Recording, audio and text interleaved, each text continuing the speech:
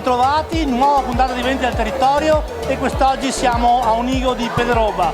Siamo in compagnia del nostro caro amico Fabrizio Valentin, che è il presidente del comitato Festeggiamenti Onigo, e siamo a festeggiare la festa di Sant'Elena che si svolge il 19, 20 e 21 agosto, 22 solo per le giostre, mi dicevi. Esatto, solo ben ritrovato Fabrizio. Grazie. Come si parte? Finalmente dopo 2 anni a causa di questo lockdown abbiamo riaperto, diciamo, ecco, in maniera un po' più ridotta, 3 sere al posto di 5, non c'è il complesso, quindi facciamo delle serate solo ed esclusivamente per mangiare e per trovarsi. Non abbiamo potuto trovarci per 2 anni, non abbiamo potuto parlarci, stare assieme. Questa volta invece vogliamo proprio una sagra dove la gente che esce possa trovarsi, parlarsi, star vicino e trovare piano piano un po' di tranquillità che non l'abbiamo avuta in questi anni.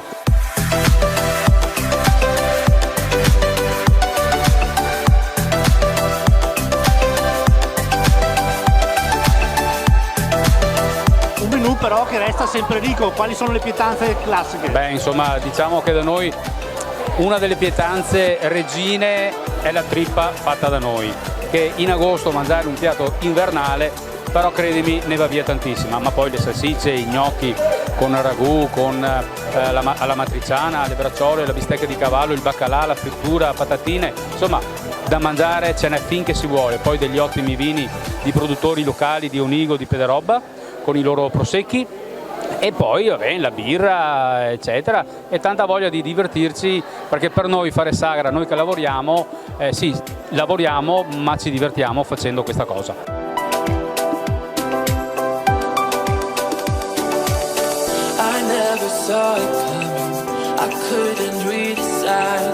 Beh, guarda, questa sera qui all'inizio la serata non è proprio delle migliori, infatti ha piovuto fino a 5 minuti fa. Però i ragazzi che hanno voglia di divertirsi lavorando ci sono tutti. Penso che saremo come all'incirca sempre una 60ina di ragazzi, più tutto il resto che lavora, noi un po' più grandi, e che hanno voglia di divertirsi, di fare, perché fare sagra e lavorare ad Onigo vuol dire venire qui, lavorare, indossare la maglietta gialla che li contraddistingue, e ecco, questo è il bello della nostra festa, tutta questa gioventù.